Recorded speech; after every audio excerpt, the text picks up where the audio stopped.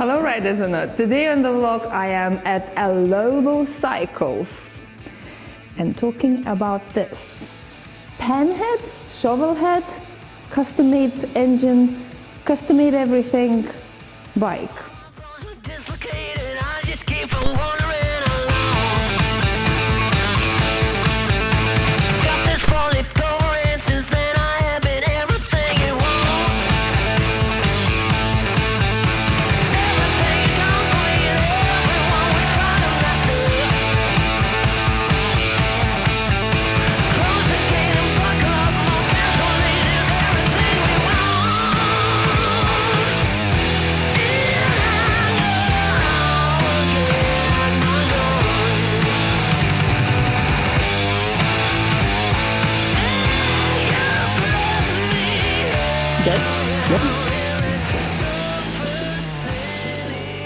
First of all, why a Lobo? Don't know. Sounded cool. I always feel like when I'm riding into a small village and the engine makes the sound and the exhaust makes that sound, it feels like a pack of wolves is coming down on a small little sleepy town, and that's kind of how it started. Oh, I love it. Yeah. I love it. I had goosebumps, really. I love the name to start with. I saw that bike at the bike shed last year. And you know, at the bike shed, like any other show, so many bikes and you can't really see all the detail. And I really wanted to talk to you about it because, first of all, I'm very curious about the engine.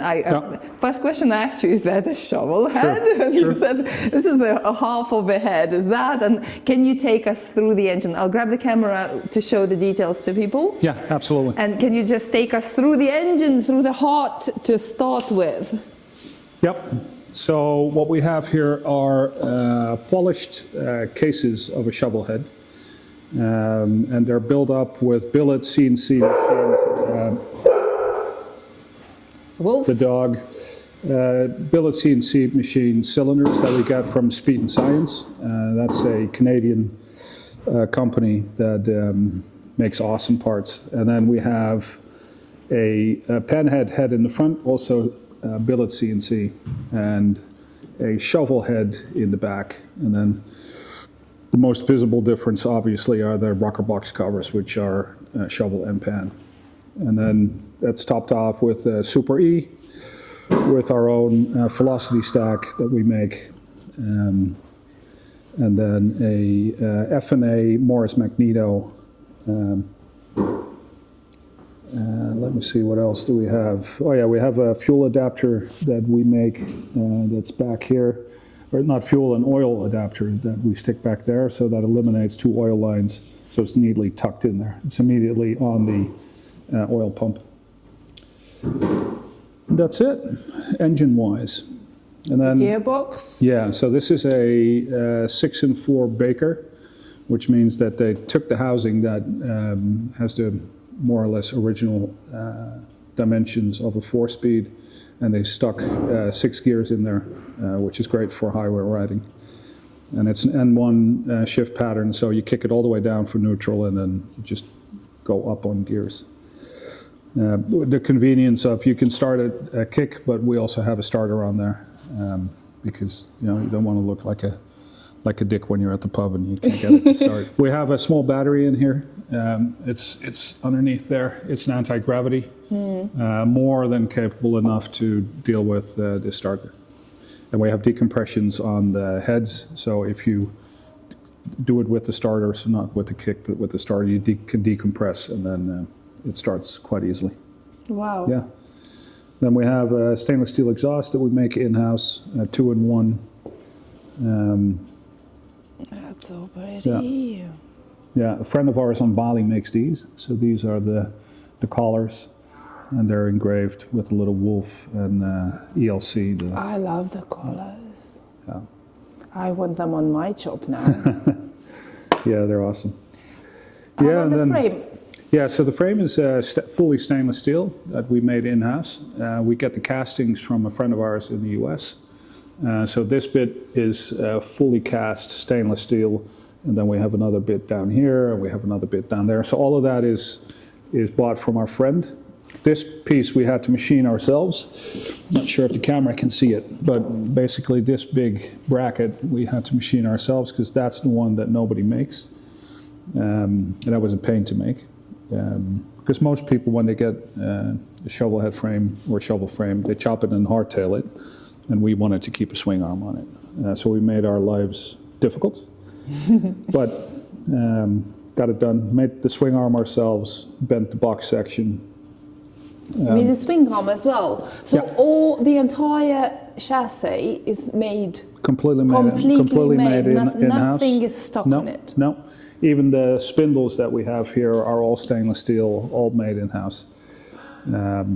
So there's like no chrome on this bike. Whatever you see shine is either polished aluminum or polished stainless. No chrome. Oh, I'm lying. The wheels are chrome. Everything else is, like even the oil bag, like this is just polished aluminum. Obviously made in the house. Yep. Yeah, so these are spin domes. The guy that we know spins these dome halves, and then you weld them onto a bigger tube, and then you weld the box in. Yeah, and the wheels are made by Demeanor Customs, which is Paul, a local guy that made the wheels for us. So whatever we can't do in-house, we have a local shop that can help us and do it for us. Hey, Doggo. Yeah. I nearly interrupted you because the dog started kissing me. Yeah, I know. Yeah. This is Frankie. What's her name? Frankie. Frankie. Yeah. Hey, Frankie. Yeah. Aren't you lovely? Yeah. Oh, look at you. Yeah, she's good. Look at you. We have a paw on the controls. Are they made in the house as well? Yeah. The paws are, the wolf paw. So these steps are all aluminum. This and this, but the rest is stainless, so that won't. And so they are CNC'd at all costs. Yeah, all CNC'd, and it's got bearings, so it's super smooth. It is absolutely incredible, I must say, and I thought it was incredible when I was at the bike show, but now I think it's even better. The more I look at it, the better it gets. Yeah, we went a bit neurotic on details. Yeah, so you're picking up on the hinge, like even the hinge we designed and made, because normal hinges are a bit shit. I know. And expensive. So these are stainless steel, nice working hinges. And then seat pan is ours, and then Paul Cox, a very famous American bike builder, put the leather on it for us. Yeah. And so that's suspension. So now that I'm getting older and I don't want to piss blood when I ride, it's nice to have a little bit of a bounce. So hence the suspension in the rear. What is the suspension? Where it's from? This is, God, what is this brand? Normally we use the home brand from Drag Specialties because they're really good, and they adjust in height a little bit as well. These are Italian, I can look the name up for you, Bitumo or something. But they're really good, and you can adjust them a little bit on the ride. Yeah, I can see that. Yeah, so that gives you a little bit of adjustment. A little bit of adjustment on the ride, and then you can. It says Bituba. There you go. Bituba, by tuba. I don't know how Italians say it. Bituba. Probably better than we do. Yeah. We would probably say it by tube or something, and that would be completely wrong. Yeah. Like bruschetta. Yeah, bruschetta. Bruschetta. Yeah, and then we have the front end. So these are 39 mil standard Harley legs that are completely shaved on this end. On this side, we kept the bracket for the caliper with CNC'd cups. So these are threaded on with a really nice tolerance here, so no big gaps. And then headlight design and made in-house, triple trees. We took a design from the guys from Indian Larry and modified it a little bit. And they took it from Mullins, which is another bike builder. So it's a bit of a mix of heritage there. Then we have the risers and the handlebars we bend downstairs in-house with all the hydraulics going through the handlebars so you don't see them, nice and clean. Wow. with the throttle also running through the handlebars. Look at this. Yeah. Wow. So This is Yeah. a proper chopper porn, to be honest. This is just like, it's so Yeah. good. It's so good. yeah, it was nice to build. Yeah. What are the brakes? The brakes are, these are cheap ones actually. These are Ultima brakes that we anodized gold. So they're not, I mean, they're really good, but they're not expensive ticket item at all. No. Fender struts, stainless steel bent. Oh, you didn't see the chain. We've got, just Yeah, because we wanted to make life interesting, we put a chain on here. Yeah. So Tech Cycle Performance makes these. Yeah. Paul Cox uses them on most of his bikes. So we figured if it's good enough for him, it was It will good be enough for enough us. you. So yeah, it makes a bit of noise and it looks gnarly, and you don't want to get anything caught in it, but it looks good. It looks sick. Yeah. Like all the brackets, Yeah. everything is so precise. Yeah. Oh my god. And even a stand. Stands are normally so ugly, aren't they? Well, the funniest is that you can probably feel it. If you feel underneath, you can feel that there's lettering there. Oh yeah. Yeah, and it says still standing, which ironically you can only read when the bike is on its side and not standing anymore. Have you Yeah. ridden it? Yeah, ridden this. I mean, we're waiting for better weather to really take it out. So it had its shakedown ride, so nothing is going to fall off anymore. So it's had a couple hundred miles, but it's still pretty new. Yeah. Is it nice to ride it? It's very nice. Yeah, the engine it's a super light bike. The angle of the at the front, the rake is good, so it's nimble. Yeah, suspension is great. And I mean, I'm like 185, so 6'1" that is. So I'm not the smallest guy, but this bike doesn't feel like it's small at all when I sit on it. So no, I love it.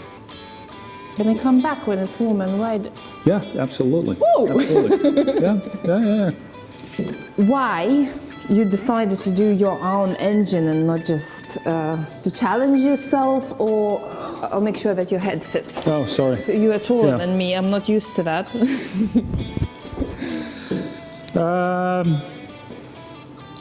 Yeah. We wanted to keep the engine light, and all this billet aluminum stuff is light. They're super reliable. So if you go with the original shovel parts, they're good. I mean, they are, but this is just a step up. And there's a little bit more performance you can get out of this engine this way. And everybody's going to laugh because it's a shovel, so who cares about performance? But whatever you can get out of it is great. Yeah, and it was a good styling exercise to do the different heads, which was fun to do. Yeah. What was the hardest spot? The hardest part was the frame, because this was the second stainless steel frame that we did. We did one for a bike that went to a show in the US, and stainless steel is just I was going to use a bad word, but it's just a pig to weld up, because it wants to twist and turn, and you take it out of the jig and it goes whack. So that took a little bit of practice to get that right. So that was quite an achievement for us to do it. I mean, there are probably a lot of guys out there that can do it a ton better than we.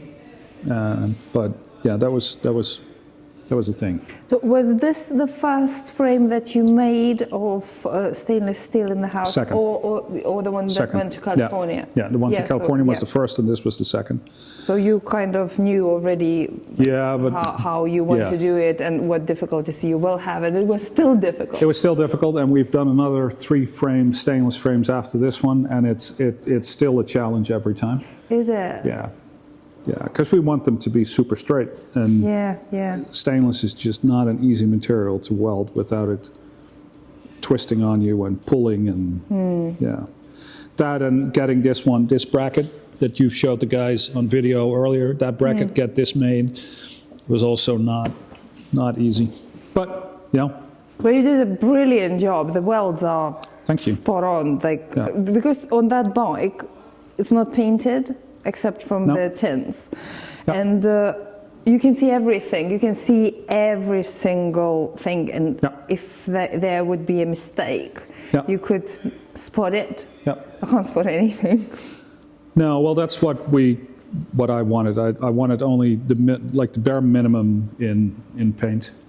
We're now actually doing a bike where we're doing the tank out of carbon fiber, full carbon fiber. Wow. So we don't even need paint on that. So we don't need anything. So you're doing it minimal.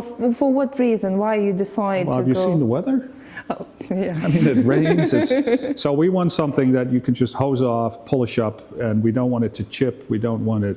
We want it to be super robust. So wait, while still looking pretty. you make the bike with all these precise custom parts for riding, not for the shows?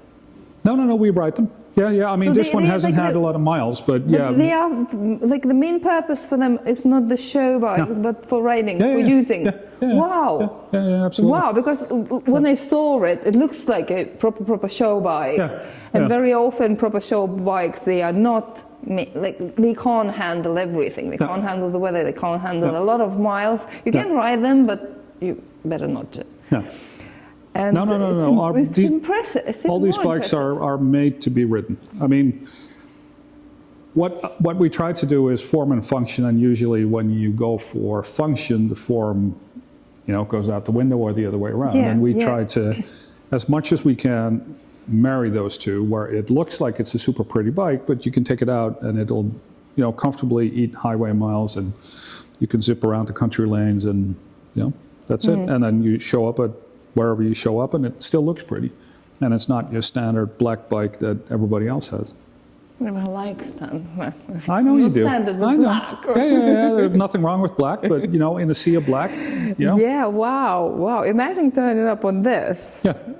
That is a proper head turner. Imagine the amount of questions people would ask. You better know that. You have to watch the video before buying. You have to park it and then run in, pretend it's not yours, so you can have your coffee Yeah, in is peace. that what you do when you go to places? Because I I know a don't- few people who does that in build bikes. They say, I pretend it's not mine. Yeah, To avoid exactly. all the questions. Yeah, I avoid people in general. But, Do you? yeah. You're hiding here. I'm an introvert. I'm perfectly happy not seeing people.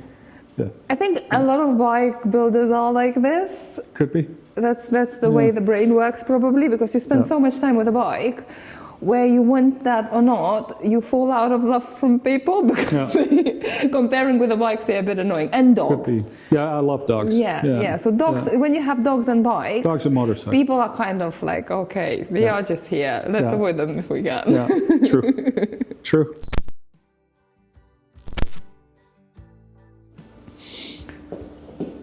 Oh, that is comfortable, isn't it? Yep. And I mean, you're not short. Like, how tall are you? I'm 5'9". Yeah. So this doesn't feel like it's.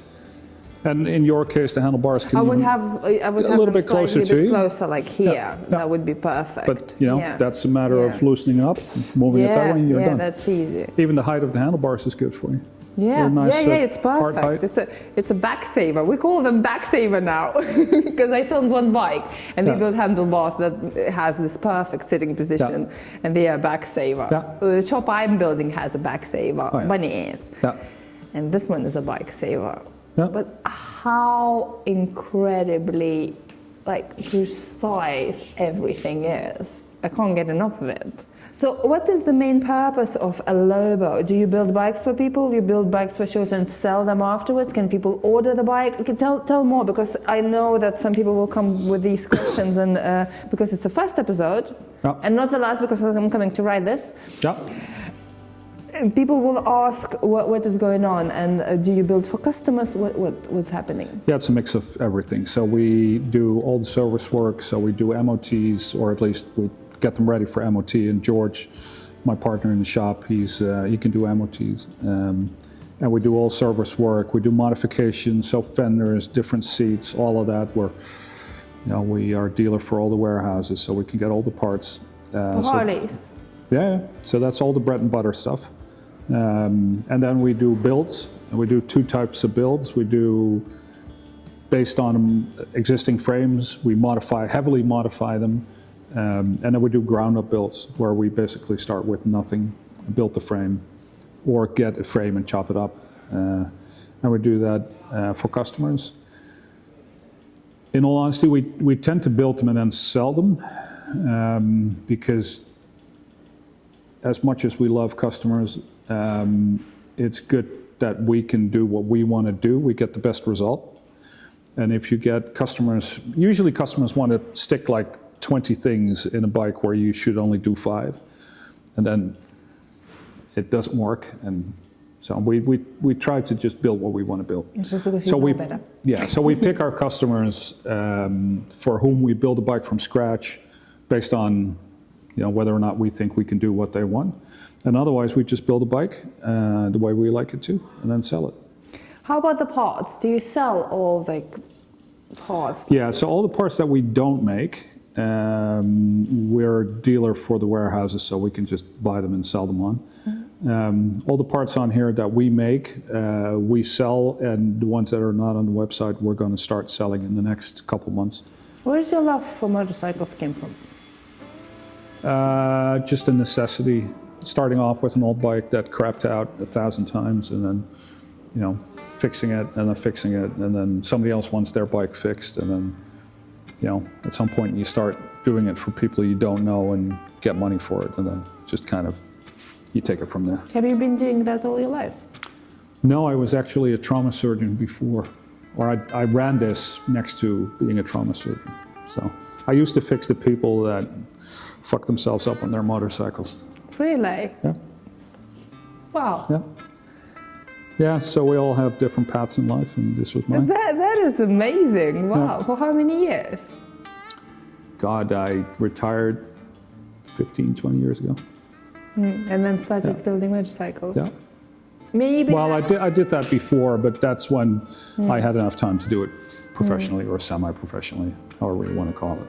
Yeah. So maybe that explains your precision with things in detail, because Maybe. as a surgeon you have to be precise. You can't just chuck it everything and leave your tools. By the time you stitch it up, nobody knows what happened and all inside. your welds as well, and that's why they are so good. Yeah, maybe. And you never leave a spanner inside before welding, do you? No, try not to. Yeah. That makes complete sense. Wow. Can you show us around your workshop? Absolutely, yeah.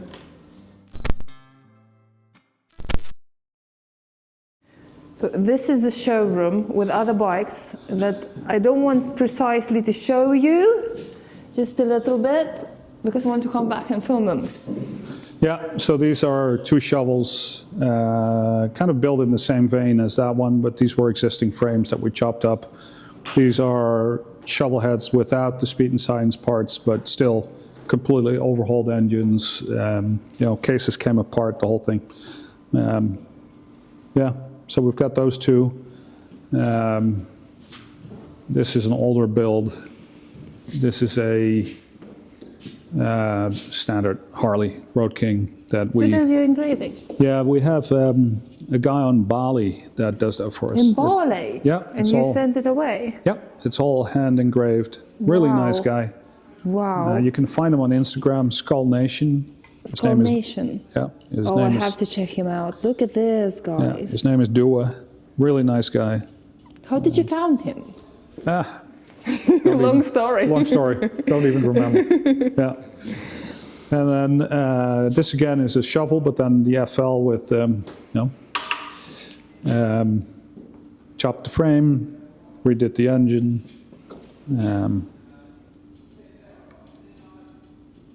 Love that. Yeah, and for all guys who are local, our paint gets done by Luke from LA Customs. He does an amazing job. Like all your paint. All our paint goes there now. Yeah, he delivers on time, price is right. Is he local? Relatively an hour away from here. Yeah, and then we go downstairs. Yeah, this is a now 20-year-old bike build. More of a West Coast chopper style. That's where the magic happens. This is where the magic happens. Hey you! Hey you! Right, so you know me now. No. Oh, still jumping. Hey you! Let's go inside. Come on. Let's go. Move it.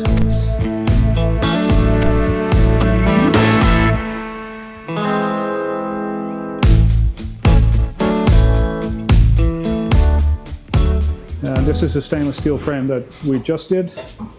Still needs polishing, so the welds are a little. So is it exactly the same frame as we just filmed? Yeah. Yeah. But fully stainless. And then behind you is a frame where the castings are stainless and the tubes are mild steel. With the idea being, we polish up these castings and then we paint the frame tubes so that you get a nice colored contrast difference between the polish. And then this is where we can do part of our own machining. So we have a lathe, a mill, well, everything you can see. And George is working on one of the engines. He's tapping. Yeah, just tapping a hole. Just tapping a hole. Tapping a hole in the tool. Are you going to behave now? No. Come on, up. And that is the one that went to California. Yeah, so this one went to the People's Built-Well Champ competition in California. Wow. Yeah, we were lucky enough to make the final 6, and we shipped the bike there. We had to ride it, which was interesting because we had to. We put 15 miles on this before we shipped it. And then we had to start off at this little restaurant in the middle of nowhere, go uphill, a really steep fucking hill. I was like, oh God, if it's going to go wrong, it's going to go wrong now. And there were cameras everywhere. I was like, oh God. But But it worked. it worked, it worked perfectly fine. Wow. And this is kind of in the same vein as the one upstairs, stainless steel frame, a lot of aluminum parts. So, yeah. You got a friend in me. No. Yeah, and this is like a typical customer's bike that we work on. George? 1972 FLH. 1972. 72. Okay, and who owned this bike? Used to be owned by Paul Young, the pop star. Really? Apparently said a customer told her yes. Didn't it, Rebus? Stop. But it needs recommissioning, so George is working on that one. So do you work only on Harleys? We do some work on Indians, but primarily Harleys. Yeah. Behind you is another. So this is for a customer, fully, again, shovel bottom end, Speed and Science, cylinders, heads, rocker boxes, Morris Magneto. You know what? I don't want to build a Shovelhead anymore. I want to build a bike with that engine now. It's lovely, isn't it? Wow. Yeah. Wow. Yeah. Okay, I have a new goal now.